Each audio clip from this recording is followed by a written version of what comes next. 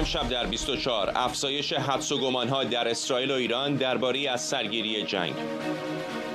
طراحی اونها در او غافلگیر شدیم. مقام‌های جمهوری اسلامی میگن اسرائیل توان حمله تازه نداره. قالیباف هم با تایید شروط ترامپ میگه امکان مذاکره با آمریکا نیست. هوا آلوده خفقان‌آور. تداوم آلودگی شدید هوا در ایران، کیفیت هوای تهران برای دهمین روز پیاپی در وضعیت قرمز. قوه قضاییه میگه برای نهادهایی که در کنترل آلودگی کوتاهی کردن پرونده قضایی تشکیل میده. افزایش سیاست‌های ضد مهاجرتی در آمریکا بعد از تیراندازی در واشنگتن. دولت ترامپ به دنبال گسترش برنامه ممنوعیت ورود به آمریکاست. و ادامه واکنش‌ها در ایران به بازداشت هنرپیشه‌ها در مهمانی. انجمن صنفی بازیگران میگه این اتفاق نقض آشکار اصول انسانی، اسلامی و قانونیه. از استودیوی ایران اینترنشنال این 24 است با فرداد فرحزاد. بینندگان ایران اینترنشنال در ایران و سراسر جهان سلام و وقت بخیر. همزمان با افزایش حدس و گمان‌ها درباره احتمال وقوع حمله دوباره از سوی اسرائیل و آمریکا، شماری از مقامات جمهوری اسلامی درباره توان اسرائیل برای حمله مجدد ابراز تردید کردند. محمد رضا نقدی، مشاور فرمانده کل سپاه در دانشگاه علم و صنعت، گفته تهران با توجه به حملات موشکی و نیروهای نیابتیش اسرائیل رو وادار به عقب نشینی کرده. به گفته نقدی، اسرائیل در صورت حمله مجدد پاسخ کوبنده‌ای دریافت می‌کنه. همزمان محمد باقر قالیباف، رئیس مجلس، در یک نشست خبری درباره مذاکره با آمریکا گفته شروط ترامپ مبنی بر محدودسازی توان موشکی قابل قبول نیست. هم اهل تعاملیم، هم اهل مذاکره کردنیم، ولی در یک شرایط برابر، در یک شرایط درست، در گفتگو این کار در حقیقت انجام بشه و پیش بره. اونها در حقیقت دنبال تسلیم کردنن. شما الان نگاه کنید، تازه بعد جنگ تا قدرت ما رو دیدن دیگه، الان بحثشون اونا چی میگن؟ میگن در رابطه با موشکی، برد موشکتون رو بکنید 300 کیلومتر. سمیرا قرایی، خبرنگارمون از وزارت خارجه، به ما پیوسته. سمیرا، الان قالیباف دیگه چندمین مقام جمهوری اسلامی که علنا داره تایید میکنه پیش شرط‌های ترامپ رو و دوباره تکرار همین موضوع که با این پیش شرط‌ها جمهوری اسلامی مذاکره بکن نیست. به نظر میرسه که پیش شرط‌هایی که آقای ترامپ به محمد بن سلمان داده، اولا که خبر موثقه تایید شده از سمت برخی از مقام‌ها در داخل ایران، از جمله همین آقای قالیباف، و بعد بحث این که پذیرفتنی نیست و شاید به همین خاطر بود که علی خامنه‌ای در سخنرانی که انجام داد آمد ترجیح داد که از اساس این پیغام پسخان رسانی رو بیاد انکار بکنه و بگه که چنین اتفاقی در کل از اساس نیفتاده. اما خود قالیباف چه صحبتایی که کرده یا صحبتایی که آقای نقدی انجام داده یا آنچه که داریم در این روزهای گذشته میشنویم و در صدر همه اینها صحبتایی که علی خامنه‌ای انجام داده، روایت پیروزی اینهاست در جنگ 12 روزه و بعد از اینجا به بعد هم ما در آمادگی کامل به سر میبریم و اینکه در 4-5 روز اول جنگ شاید دست و پای خودمون رو گم کرده بودیم، ولی بعد تونستیم روی پا بایستیم، تونستیم کاری بکنیم که در نهایت در روزهای آخر اسرائیل مجبور شد که بره التماس بکنه که آتش بس انجام شه. اینا همه روایتی است که الان جمهوری اسلامی داره از جنگ 12 روزه انجام میده و با چیدن این که ما در جنگ 12 روزه موفق بودیم زمینه میسازن برای اینکه الان هم ما در وضعیت بسیار مناسبی به سر میبریم و اسرائیل نمیتونه به ما حمله بکنه یا حتی اینکه ما ممکنه که علیه اسرائیل دست به یک اقدامی بخوایم بزنیم. جدیدترین مورد از این نوع روایتی که جمهوری اسلامی داره میسازه رو ما از زبان آقای قالیباف شنیدیم. بریم اون بخش از صحبتاش رو بشنویم. فرداد. از نوع طراحی اونها در او غافلگیر شدیم، ولی با درایت، با شجاعت و با تصمیم‌های دقیق و هوشمندانه مقام معظم رهبری در همون لحظات اولیه و ساعات اولیه تجاوز، همه سرداران عزیزی که به شهادت رسیدن هم منسوب شدن، هم حضوری نسبت به تدابیر و فرماندهان و همشون توجیه شدند.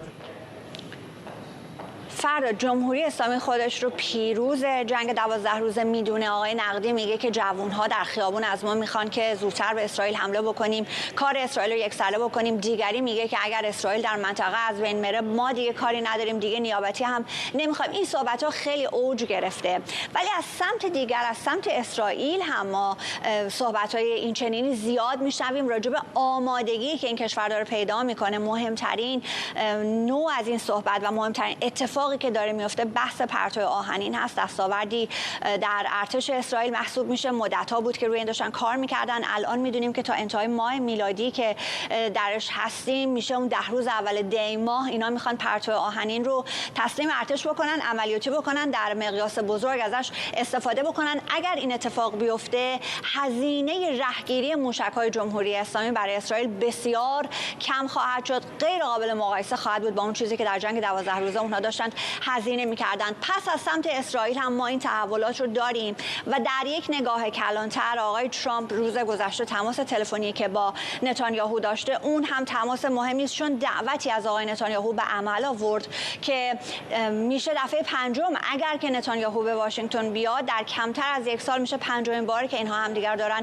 ملاقات میکنن. به نظر میرسه با توجه به اقداماتی که اسرائیل میخواد در لبنان انجام بده علیه حزب الله و حمایت همه جانبه آقای ترامپ رو داره در رابطه با حزب الله و خلع سلاح حزب الله و بعد بحث سوریه و اون چیزهایی که الان ترامپ در یک دو روز گذشته در مورد سوریه نوشته، گزارش‌هایی که داره میاد که حوثی‌ها چطور دارن تجهیزات نظامی خودشون رو بیشتر میکنند، روش‌های تازه‌ای پیدا کردن برای اینکه زرادخانه‌های خودشون رو پرتر بکنند.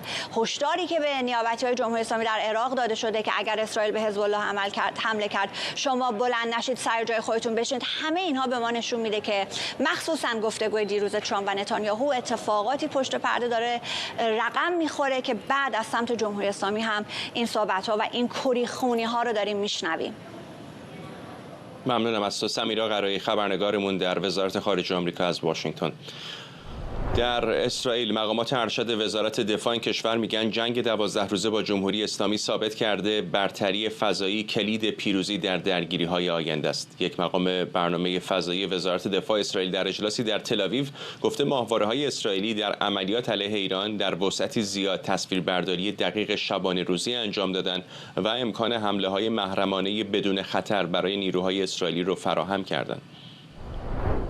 فرزین ندیمی، پژوهشگر ارشد امور دفاعی امنیتی در مؤسسه واشنگتن از همین شهر و مهرزاد بروجردی، استاد علوم سیاسی در دانشگاه علم و فناوری میزوری از این ایالت با ما هستن. ممنونم از هر دوی شما آقایون. آقای ندیمی، چطور می‌بینید این اظهارات مقامات اسرائیلی رو وقتی می‌ذاریم در کنار حرف مقامات جمهوری اسلامی که میگن اسرائیل توان یک حمله دوباره رو نداره؟ اسرائیل توان خیلی کارا رو در ایران داره. مسئله تصمیم سیاسی هستش که چه زمانی نخست وزیر اسرائیل در مشاوره با کابینه امنیتی خودش تصمیم بگیره که ریسک‌ها رو بپذیره و اهداف مشخصی رو برای خودشون تعیین بکنن و این کار رو انجام بدن. ولی از نظر تکنولوژی کاملا این توانایی برای اسرائیل وجود داره. نیروی هوایی اسرائیل کوچکترین خراشی بر نداشت در دوران جنگ 12 روزه. حتی پایگاه‌های هوایی اسرائیل با وجود اینکه ایران تلاش کرد که موشک‌هایی به سمتشون شلیک بکنه و آسیب‌هایی بزنه همچنان کاملا عملیاتی هستند و از اون زمان تا حالا هم خب سلاحایی که اسرائیل در طول این جنگ استفاده کرد به کمک آمریکا دوباره تامین شده و انبارها پر شده.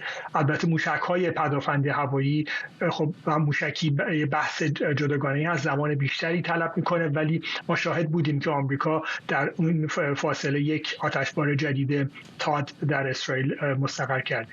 از نظر توان اطلاعاتی اسرائیل همچنان میشه انتظار داشت که تسلط خودش رو بر ایران حفظ بکنه با وجود ادعاهایی که در حکومت اسلامی میشه در زمینه پر کردن خلاها و گرفتن جلوی درزهای اطلاعاتی.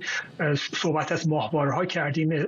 اسرائیل همکنون حدود 3 تا 4 ماهواره عکسبرداری اپتیکی و 2 ماهواره عکسبرداری راداری به صورت عملیاتی داره که اینا متمرکز بر منطقه خاورمیانه و به ویژه ایران هستند و میتونن هر کدوم از این ماهواره‌ها میتونن 1 تا 2 بار در روز و 1 تا 2 بار هم در شب از فراز ایران عبور بکنن و در مجموع این توانایی رو دارن که هر کمتر از 1 ساعت بتونن از هر نقطه از ایران عکس برداری بکنن. صحبت از این بود که در طی جنگ 12 روزه بیش از 12,000 عکس این ماهواره‌ها از ایران گرفتن که تقریبا میشه روزی 1000 عکس و این توانایی افزایش هم پیدا کرده. در سپتامبر ماهواره افق 19 اسرائیل که ماهواره تصویربرداری راداری بسیار پیشرفته هست به فضا پرتاب شد. این ماهواره میتونه هم در روز و هم در شب و هم در هوای نامساعد عکس برداری بکنه از تمام نقاطی که در مسیر ماهواره هست و همینطور با زاویه دادن با دوربینش تا 30 درجه 40 درجه از اطرافش و در کنار دیگر توانایی‌های اطلاعاتی اسرائیل، هواپیماهای اطلاعاتی و همچنین امکاناتی که ایالات متحده در اختیار اسرائیل قرار میده و نیروهایی که در داخل ایران داره، این کاملا قابل انتظار هستش که اسرائیل هر زمانی که تصمیم بگیره میتونه همچنان با تسلط اطلاعاتی در داخل ایران عملیات انجام بده. آقای پورجردی، به نظر میاد روی کاغذ در عمل به واسطه مشاهده این جنگ 12 روزه بر کسی پوشیده نیستش که اسرائیلی‌ها توان فناوری بسیار بالاتری از جمهوری اسلامی دارن. همین توان موشکیشون، توان نفوذشون در آسمان ایران، توان ماهواره‌ایشون برای رصد تحرکات نظامی جمهوری اسلامی. با این حال مقامات جمهوری اسلامی به نظر میرسه که فکر میکنن هنوز کارت‌هایی در دست دارن. چه هست به نظرتون؟ چه دلیلی هستش که جمهوری اسلامی فکر میکنه که علیرغم اینقدر تفاوت فناوری دست خالی نیست در مقابل اسرائیل؟ از کنم که ببینیم، من فکر میکنم رجزخوانی ها رو باید اهمیت آنچنانی بهشون نداد. به هر حال همه میدونیم در جنگ رقابت یه مسئله بعد روانی وجود داره و جنگ روانی رو هر دو طرف دارن سعی میکنن انجام بدن. من حقیقتا خارج از این مسئله رجزخوانی ها فکر میکنم که احتمال جنگ مجدد بین ایران و اسرائیل در این مقطع زمانی که داریم صحبت میکنیم زیاد نیست. همونجوری که آقای ندیمی هم داشتن میگفتن، ببینین جنگ ادامه سیاست به شیوه دیگری هست. آنچه که در خبر شما بود که برای من نگران کننده هست این است که اگر واقعا اسرائیل به طور آشکار به دنبال تسلط هوایی بر سراسر خاورمیانه باشه، نه تنها مسئله ایران، این 5 تا پیامد محتمل خواهد داشت که در مجموع میتونه منطقه رو نظامی‌تر، امنیتی‌تر و غیر قابل پیش‌بینی‌تر بکنه.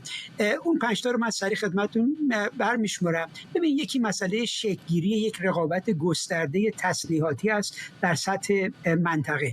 یعنی میشه انتظار داشت که این جاه طلبی اسرائیل سبب خواهد شد که کشورهای دیگر مانند ایران، عربستان، امارات، ترکیه شروع بکنن به خرید سامانه‌های پیشرفته پداوند هوایی، تجهیزات تهاجم دوربرد، پهپادها و غیره. برای مثال ایران و حاضر نخواهد شد اصلا روی مسئله موشکاش حاضر باشه مذاکره بکنه. این فرصتی رو تهیه میکنه برای کشورهای مانند روسیه و چین که بخوان از این تقاضا بهره برداری بکنن و صادرات نظامی خودشون رو به رقبای اسرائیل بخوان افزایش بدن. پیامد دوم چیه؟ مسئله تضعیف روند عادی سازی روابط و آسیب دیدن ائتلاف ها هست. این یک واقعیت است که ببینین که حتی کشورهای عربی که روابط اونها با اسرائیل رو به گرمی است، مانند امارات و بحرین، در چارچوب همون توافقات ابراهیم ممکن است چنین اهدافی رو بی‌ثبات کننده قلمداد بکنن، کما اینکه دیدیم قطر این کارو کرده و لذا عادی سازی روابط بین عربستان و اسرائیل هم میتونه قربانی یک چنین مسئله بشه. پیامد سوم مسئله افزایش وابستگی راهبردی به ایالات متحده است، هر چقدر که این تنش بالا میره. یعنی ببینید، از یک طرف ادغام نظامی بیشتر امریکا و اسرائیل میتونه صورت بگیره، اما اگر واشنگتن بخواد موازنه منطقه‌ای رو با عرب هم رعایت بکنه، این میتونه باعث اصطکاک روابطش با اسرائیل بشه. و نکته چهارم این است که بالا گرفتن خطر تشدید درگیری‌ها و خطاهای محاسباتی رو به وجود میاره. یعنی هر کشوری به نظر من از این به بعد میاد به دکترین پیش دستانه متوسل میشه. یعنی فکر میکنن که مثلا سرمایه گذاری چه بخش دولتی چه بخش خصوصی اسرائیل در حوزه نظامی بر اقدامی پیش دستانه هست، تفسیر میشه برای حمله مجدد. و بالاخره این مسئله میتونه مشکلاتی رو از لحاظ اقتصادی و سیاسی در داخل خود اسرائیل هم به وجود بیاره. یعنی ببینین حفظ تسلط منطقه‌ای بسیار پرهزینه خواهد بود و این مسئله سبب خواهد شد که تخصیص بودجه میان نیروی هوایی و سایر اولویت‌هایی که دولت اسرائیل داره، اقتصاد داخلیش، دفاع سایبریش، توان زمینی و غیره و غیره، همه مطرح بشن که میتونه مورد جدل داخلی در درون اسرائیل قرار. این نکات به نظرتون آقای ندیمی چقدر میتونه به ایران کمک بکنه؟ مقصودم این نیستش که مثلا ترکا بیان و در یک جنگ احتمالی به جمهوری اسلامی کمک بکنن یا قطری ها یا کشوری دیگر، اما با توجه به این هژمونی که اسرائیل از نظر فناوری و نظامی در منطقه داره پیدا میکنه، دیگه همه هم الان دارن میبینن که دست بالا رو در منطقه داره، چقدر فکر میکنید که ممکنه به واسطه فشارهای سیاسی قطری ها، ترکا یا حتی کشورهای حاشیه خلیج فارس ممانعت بکنن از نفوذ بیشتر اسرائیل بر فضای ایران یا یک جنگ دیگری با فشار آوردن بر روی آمریکا؟ من فکر نمی‌کنم این کشورها هیچ تمایلی حتی داشته باشن که در این زمینه دخالت بکنن. ممکن از نظر سیاسی فعالیت‌های انجام بدن، ولی از نظر عملی به هیچ وجه، حتی شاید قلباً هم خیلی خوشحال باشن که توان نفوذ ایران در منطقه و توان نظامی ایران ضعیفاً بشه. تجربه نشون داده که در زمانهایی که موشک‌های ایران رهسپار اسرائیل میشد، سیستم‌های پدافند موشکی در منطقه و سیستم‌های راداری به عنوان یک مجموعه‌ای از توانایی ضد موشکی کمک می‌کردن و اطلاعات لازم رو در اختیار ایالات متحده، سنتکام و آقای ندیم ببخشید اگر پرانتز باز بکنم، در اون مقطع متوجه هستم مهار هسته‌ای جمهوری اسلامی میفهمم که شاید به نفع همه منطقه باشه، اما اگه اسرائیل یه قدم جلوتر بره، حتی به دنبال مثلا تغییر رژیم در ایران باشه، حکومتی در ایران سر کار بیاد که احتمالاً حامی اسرائیل باشه، چقدر توازن منطقه رو میتونه تغییر بده؟ خب بالاخره این میتونه باعث نگرانی برای قطری ها و به خصوص ترکیه بشه، نه؟ خیر، باز هم من جواب منفی میدم، چون با صحبت‌هایی که داشتم، تبادل نظرهایی که با افراد در سطح خودم داشتم، احساس نگرانی از این بابت ندیدم. من فکر نمی‌کنم که در این زمینه هم این کشورها نگران این باشن که ایران تغییر رژیم در ایران باعث بشه که موقعیت این کشورها به خطر بیفته و در مقابل یک نظام دموکراتیک در ایران من فکر نمی‌کنم احساس تهدید بکنم. این کشورها یک برنامه ریزی برای تسلیح کردن خودشون دارن که ترکیه، صنایع نظامی ترکیه داره پیشرفت زیادی میکنه، همطور در امارات عربی متحده، در عربستان دارن به سمت تا حد زیادی خود اتکایی در توان نظامی پیش میرن، سرمایه گذاری میکنن و قسمتی از این سرمایه گذاری برای مقابله با تهدید ایران هستش، ولی در مجموع به عنوان یک بازیگر جهانی و منطقه‌ای دارن سعی میکنن که امکانات نظامی خودشون رو افزایش بدن. البته برخی از این کشورها به سمت موشک‌های بالستیک رفتن، عربستان که سالهاست این کار میکنه، ترکیه، صنایع راکتسان ترکیه به سمت موشک‌های بالستیک داره میسازه و اینا حتی در بازارهای بین‌المللی هم داره عرضه میکنه که من فکر میکنم اینا در پیامد مستقیم برنامه موشکی ایران هستش و من فکر میکنم هرچی برنامه موشکی ایران به این شکل ادامه پیدا بکنه و گسترش پیدا بکنه، اشاعه موشک‌های بالستیک در منطقه افزایش پیدا خواهد کرد و کشورهای بیشتری به سمت ساختن یا تهیه کردن موشک‌های بالستیک پیش خواهند رفت. در مجموع تا حدی طبیعی هستش که کشورهایی که توان مالی داشته باشن امکانات نظامی خودشون و صنایع نظامی خودشون رو گسترش بدن، ولی به طور مستقیم من فکر نمی‌کنم این در پیامد تنش بین ایران و اسرائیل باشه. آقای بروجردی، فرصت کوتاهی دارم، اجازه بدید همین رو به شکلی از شما هم بپرسم. فکر می‌کنم تمام جهان، منطقه به طور خاص میدونه که حکومت جمهوری اسلامی یک حکومت غیر متعارف یاغیه، اما به هر حال کارتی است در این توازن‌های منطقه‌ای که کشورهای مختلف از فدراسیون روسیه گرفته تا کشورهای حاشیه خلیج فارس تا ترکیه ازش استفاده می‌کنن. آیا به نظر شما جهان، منطقه آماده هست برای تغییر این پارادایم؟ منظورتون از تغییر پارادایم تغییر حکومت در ایرانه؟ تغییر حکومت در ایرانه که یک حکومتی بیاد که کاملا متفاوت باشه با نگاهی که الان جمهوری اسلامی به جهان داره. من حقیقتا فکر نمی کنم. شما ببینید موضع امریکا رو نگاه بکنین.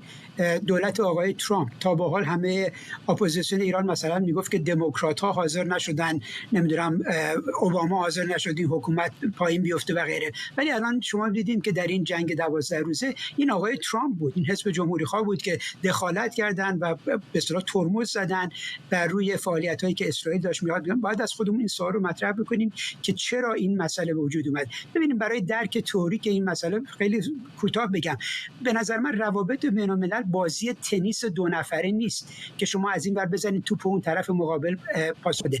سیاست بین‌الملل بازی بیلیارد هست و شما وقتی اون توپ اول رو میزنین، توپ‌های مختلفی حرکت میکنن در مسیرهای مختلف. کشورهای مختلف منطقه هم در رابطه با این مسئله ایران یا هر مسئله غزه، هر مسئله‌ای که باشه، دقیقاً به این مسئله نگاه میکنن. شما الان از خودمون باید بپرسین که چجوری شد که عربستان اومد درخواست گرفتن هواپیماهای جنگنده F-35 رو کرد و دولت امریکا که تا به حال متعهد بود به اینکه برتری هوایی اسرائیل رو همواره تضمین بکنه، حاضر شدن که یک چنین به اصطلاح هواپیماهایی رو به عربستان بفروشن، یا مثلا امتیازهای دیگری که به کشورهای مانند قطر داده شده.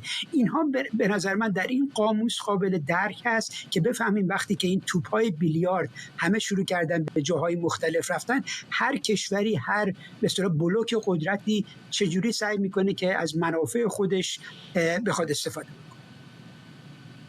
ممنونم از هر دوی شما. فرزین ندیمی، پژوهشگر ارشد امور دفاعی امنیتی در مؤسسه واشنگتن و مرصاد بروجردی، استاد علوم سیاسی در دانشگاه علم و فناوری میزوری. وزارت خارجه آلمان به ایران اینترنشنال گفته جمهوری اسلامی برای فعالیت دیپلمات‌ها و کارکنان آلمانی سفارت این کشور در تهران ویزا صادر نمی‌کنه. سخنگوی وزارت خارجه آلمان گفته صادر نشدن مجوزهای لازم برای فعالیت‌های دیپلمات‌های آلمانی روند کاری سفارت رو مختل کرده. به گفته این سخنگو با وجود محدودیت‌ها بخش صدور روادید سفارت آلمان در تهران فعالیتش رو ادامه میده. خبرنگارمون احمد صمدی از برلین با ماست با جزئیات بیشتر. احمد. بله فرداد، برمیگرده در واقع ماجرا به جنگ 12 روزه و حملات اسرائیل به ایران که شمار زیادی از سفارتخونه‌ها فعالیت خودشون رو در ایران متوقف کردن، از جمله جمهوری فدرال آلمان که به طور موقت سفارتش رو تعطیل کرد و دیپلمات‌ها و خانواده‌هاشون رو از ایران به آلمان منتقل کرد از طریق مرزهای کشورهای دیگه که در اون زمان هم ما خبرهاش رو داشتیم. اما اتفاقی که میفته اینه که بعد از جنگ وضعیت سفارت آلمان در ایران به حالت عادی برنگشته. اولا که آلمان در ایران سفیر نداره. سفیر قبلیش آقای مارکوس پوتسل مدتش زودتر تموم شد و به آلمان برگشت و بعد از اون هم هنوز سفیر جایگزینی اعزام نشده که حالا این هم جای بحث داره و بسیار قابل تأمل هستش که بعد از چندین ماه هنوز آلمان در ایران سفیر نداره. ولی با این حال سفارتخونه‌ها میتونن که فعالیت‌های کنسولی و دیپلماتیک داشته باشن. اتفاقی که افتاده در این مدت، شماری از کسانی که متقاضی ویزای آلمان هستند که اغلب هم دانشجویان هستند گلایه‌مند بودن که سفارت خدمات رو به صورت مناسب ارائه نمی‌کنه. ما چندین بار این موضوع رو پیگیری کردیم و در نهایت هم در ماه گذشته بود که وزارت امور خارجه آلمان پاسخ داد که تمهیداتی رو اندیشیده برای متقاضیان ویزا به ویژه دانشجویان فوق لیسانس و دکترا که بتونن به مدارکشون رو ارائه بدن و و در صورت لزوم ویزاشون رو هم دریافت میکنن.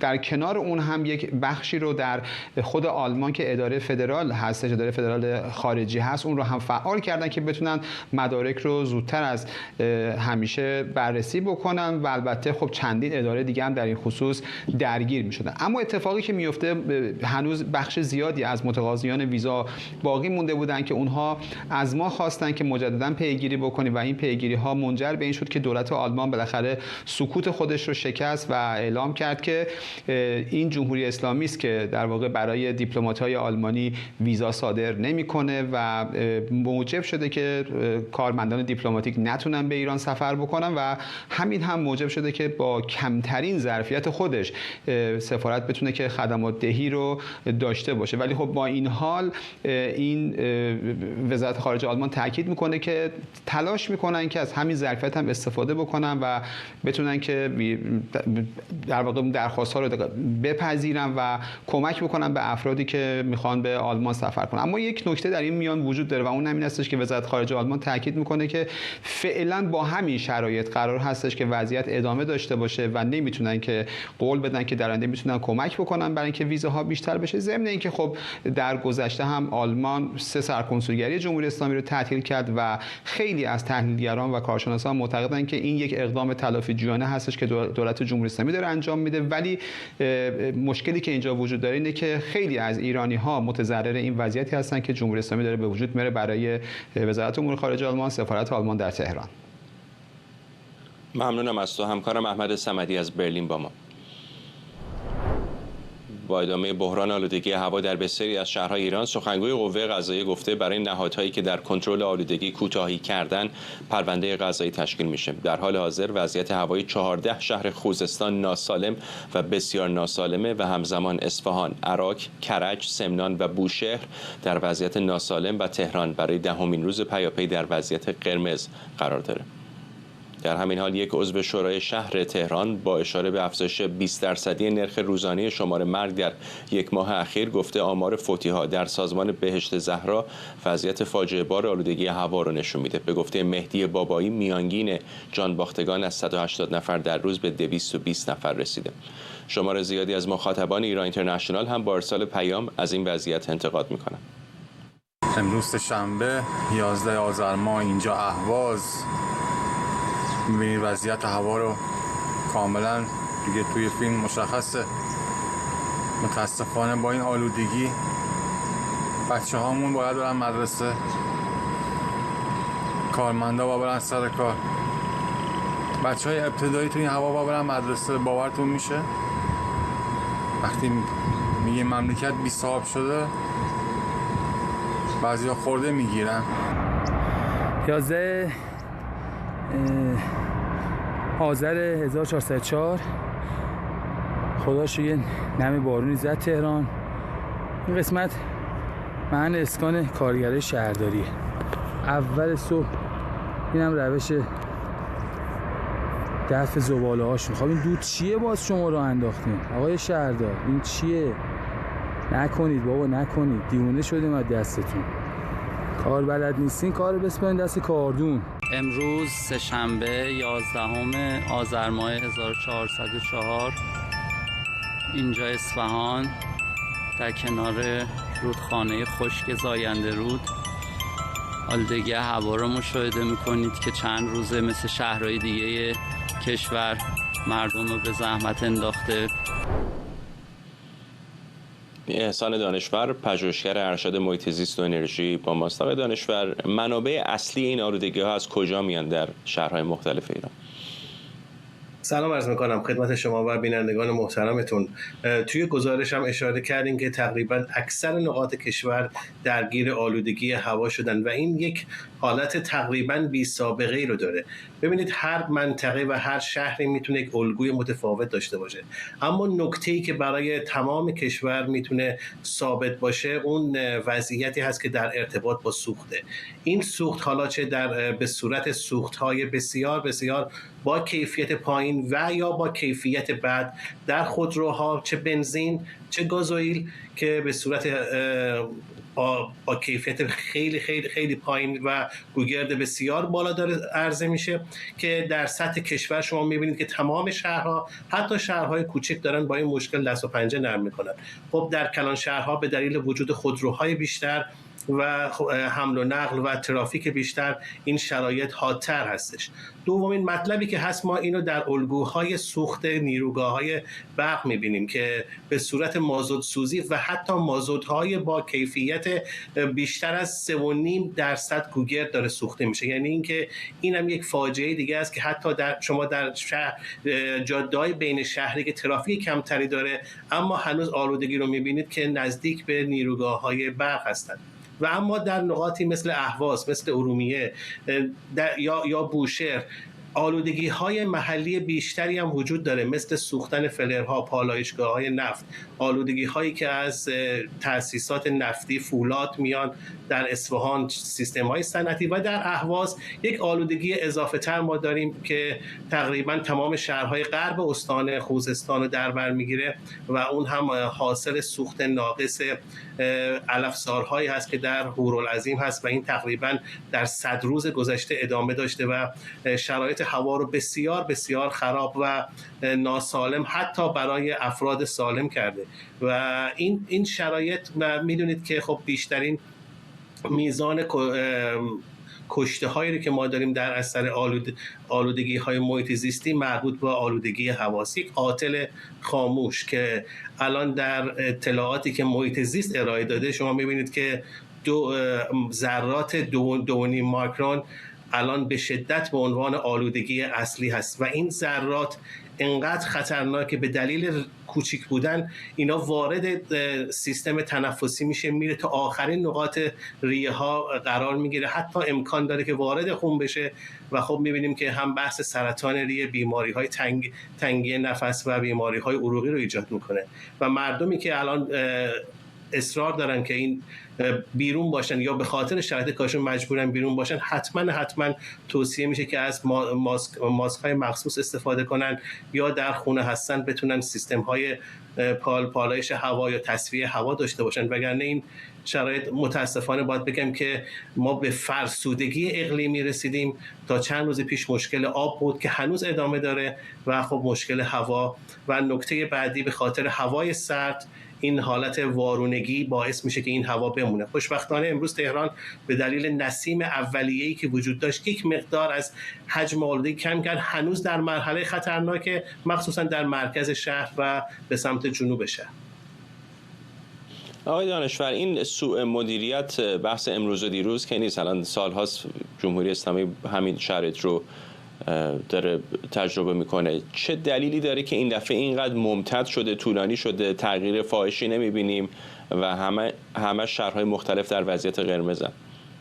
بله، نکته‌ای که به وجود اومد، ببینید بحث تغییر الگوی قیمت بنزین و نوع بنزینی که در جایگاه‌ها به صورت یک پارچه در سراسر کشور توزیع شد، خب این احتمالاً یک سیاستی رو میخواد اعلام بکنه که وجود سوخت بد و سوخت ارزان در اونجاست. نکته بعدی، میدونید که ما با یک ورشکستگی آبی در تمام کشور مواجه هستیم و سدهای کشور که برای تولید برق استفاده می شدن به دلیل کمبود آب در پشت مخزن یک به یک از تولید انرژی، از مدار تولید انرژی هم خارج شدن. یعنی اینکه فشار تماما میره برای نیروگاه‌های حرارتی، یعنی اینکه از 13% به 3% تولید برق از نیروگاه‌های برقابی رسیدیم.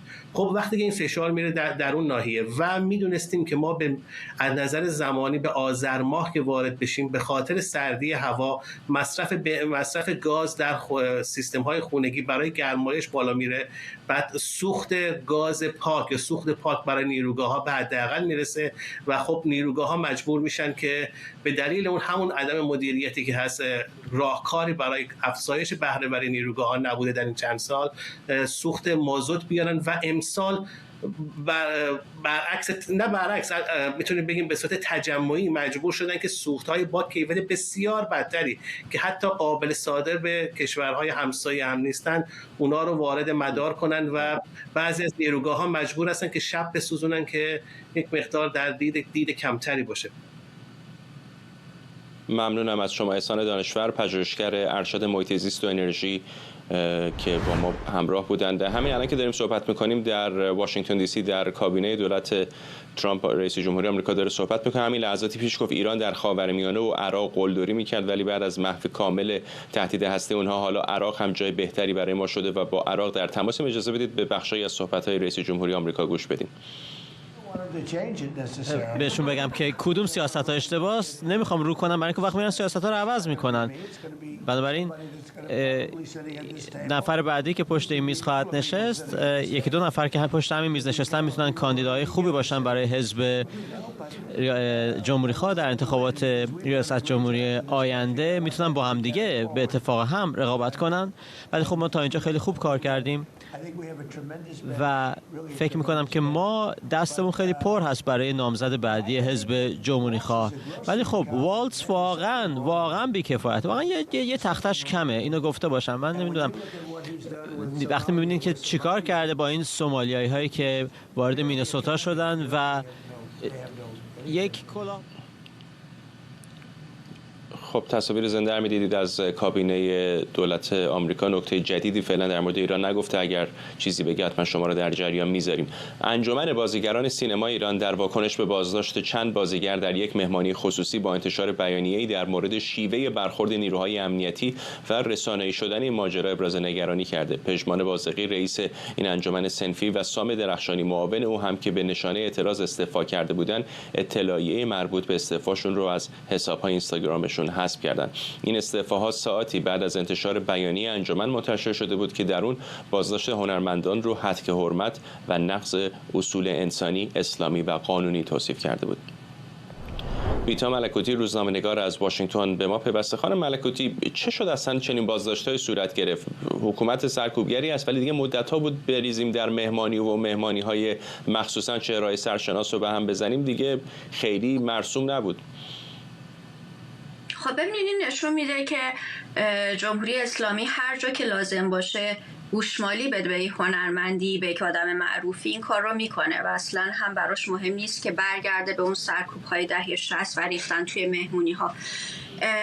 ببینید علی شادمان دو تا حرکت کرد اخیراً به طور مشخص که خیلی دیده شد، خیلی در شبکه‌های اجتماعی وایرال شد، ویدیوش بارها هزاران نفر اونو شیر کردن.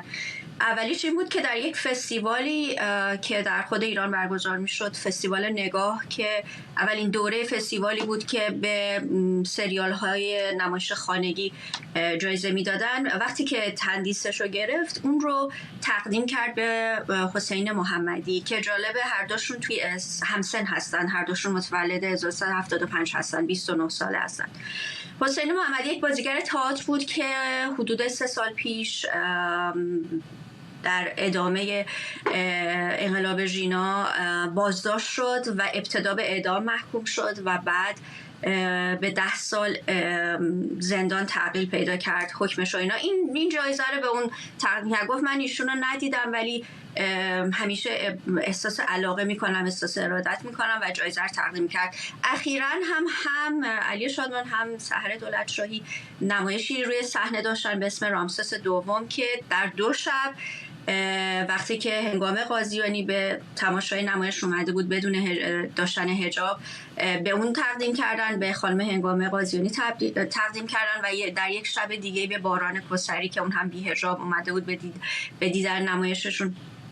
و خب این سنگینه دیگه، یعنی این کوچکترین اعتراض و کوچکترین مبارزه مدنی و کوچکترین پاکج گذاشتن رو اصلا نمیتونن تحمل بکنن و در این شرایطی که در این شرایط وخیمی که حالا گزارش قبلی شما بود در رابطه با آلودگی هوا که چجوری روزانه جان انسان‌های زیاد ایرانی گرفته میشه، آتش سوزی ها، فقر بیش از اندازه میلیون ها ایرانی زیر خط فقر زندگی میکنن، اینها اهمیتی نداره. اون چیزی که اهمیت داره اینه که حفظ نظام به هر شکلی، حالا و جالبه که اینا خیلی از این بازیگران، خود آقای شادمان الان هم فستیوال قبلی فجر ایشون فیلم داشتن، فیلمشون اکران بود، تابستان همان سال آدم فروش در ایران اکران شد.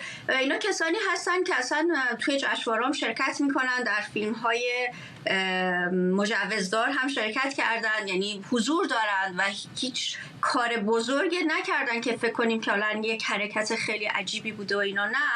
ولی این کوچکترین حرکت هم در مورد و دیگه براشون قابل تحمل نیست و فکر میکنن که باید هر طور که شده خودشون رو تثبیت بکنن. اگر شده با سرکوب مدل دهه 60 ریختن تو مهمونی‌ها و نادیده گرفتن حریم خصوصی، خب اینها توی یک خونه‌ای بودن، توی یک جای عمومی که نبودن و حالا یا دستگیری یا زندان کردن یا اعدام کردن و به این صورت این هنرمندانی که با خود در حقیقت وزارت ارشاد همکاری میکنن الان تومه شدند برای اینکه به دیگران هم بگویند حواستون باشه، ما میتونیم در اولین فرصت، در فرصتی که پیش بیاد، اگر کار اشتباهی بکنید میتونیم که بهای سنگینی باید بپردازید.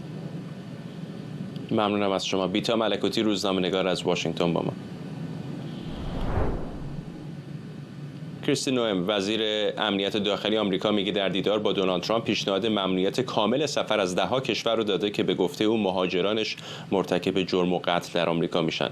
خانم نوئم در پستی نوشته این کشورها آمریکا رو به گفته او با قاتل‌ها و انگل‌ها پر کرده. این پیشنهاد بعد از تیراندازی چهارشنبه گذشته در واشنگتن رخ داد که یک عضو گارد ملی رو کشت و دیگری رو به شدت زخمی کرد. مظنون رحمان الله لکنوال، شهروند افغانی که سال 2021 وارد آمریکا شده و امسال پناهندگی گرفته بود. همزمان چند مقام آمریکایی به CBS نیوز گفتند دولت ترامپ در حال بررسی گسترش ممنوعیت سفر از 19 کشور به حدود 30 کشور از جمله ایران و افغانستان.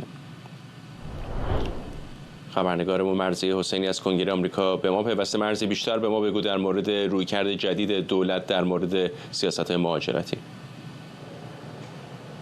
خب فرداد، این مربوط خبر اون 19 کشوری میشه که حدوداً 6 ماه پیش ما همینجا گزارشش رو دادیم. مشخصاً 12 کشورهای افغانستان و ایران هم در زمره این کشورها هستن به طور کامل از ورود به ایالات متحده آمریکا منع شده بودن و 7 کشور به صورت مشروط. حالا بر اساس ملاقاتی که روز گذشته در کاخ سفید بین خانم کریستی نوئم، یعنی وزیر امنیت ملی آمریکا، و آقای ترامپ صورت گرفته، پیشنهاد شده که کشورهای بیشتری به این لیست اضافه بشن، کشورهایی که خانم نوئم شهروندان اونها رو انگل‌ها و قاتلانی خوند که در واقع باید وارد خاک ایالات متحده آمریکا بشن. آقای ترامپ هنوز مشخص نیست موضعش چه هست، اما پست خانم کریستی نوئم رو ریتوییت و بازنشر کرده و به نظر میرسه بر اساس گفته‌های خانم لویت طبق مصاحبه‌ای که شب گذشته داشت احتمالاً آقای ترامپ هم موافقت کرده. اما واکنش کنگره آمریکا هم مهم هست. من امروز یک مصاحبه داشتم با سناتور دین و پرسش من از اون این بود که آیا واقعاً منصفانه هست از نظر قانونگذاران آمریکا که تمامی این کشورها به جهت اقدامی که یک مهاجر انجام داده متأثر بشن یا خیر. پاسخش رو ببینیم و برگردیم. من مسئولیت رئیس جمهور را خوب می‌دانم و باید مطمئن شویم که فرآیندهای بررسی امنیتی بسیار دقیق و شفاف داریم. بسیاری از کسانی که می‌خواهند به این کشور بیایند آمریکا را دوست دارند و به صلح باورمندند، اما متأسفانه برخی دیگر نیت‌های شوم دارند، همانطور که دیدیم و شنیدیم. در خصوص جدیت آقای ترامپ فرداد بعد این رو بگیم که آقای ترامپ بسیار جدی هست. همین روز دوشنبه 8 قاضی مهاجرتی رو در ایالت نیویورک آمریکا برکنار کرد. پیش از این 90 قاضی مهاجرت دیگه هم برکنار شده بودن. مجموع کل این تعداد 600 قاضی هستن، یعنی یک پاکسازی گسترده در نظام قانونی آمریکا توسط آقای ترامپ و همه اون افرادی که مخالف این سیاست‌های مهاجرتی هستن. اما اگرچه گزارش‌های منتشر شده مبنی بر اینکه احتمالاً این سیاست‌هایی که اخیراً توسط آقای ترامپ اعلام شده، یعنی در بخش مشخصی در خصوص توقف پردازش تمام درخواست‌های پناهندگی، گفته شده که احتمالاً برخی از این درخواست‌ها مستثنا هستند. بر اساس آمار و تحلیل رسانه گاردین حدوداً گفته میشه 1.5 میلیون پرونده مهاجرتی در اداره USCIS هست و اینها اون کیس‌هایی هستند که احتمالاً مختوم اعلام خواهند شد یا حداقل متوقف خواهند شد. اما بیش از 2 میلیون پرونده پناهندگی که در قضات آمریکا و در نهادهای قانونی آمریکا هستند احتمالاً اونها مشمول این برنامه نخواهند شد و همچنان ادامه پیدا خواهد کرد. ممنونم از تو همکارم مرضیه حسینی از کنگره آمریکا در واشنگتن با ما. و ممنونم از شما که بیننده برنامه 24 امشب بودید. برنامه رو کمی دیرتر میتونید دوباره در یوتیوب ایران اینترنشنال هم ببینید. تا فردا و برنامه بعدی، بدرود.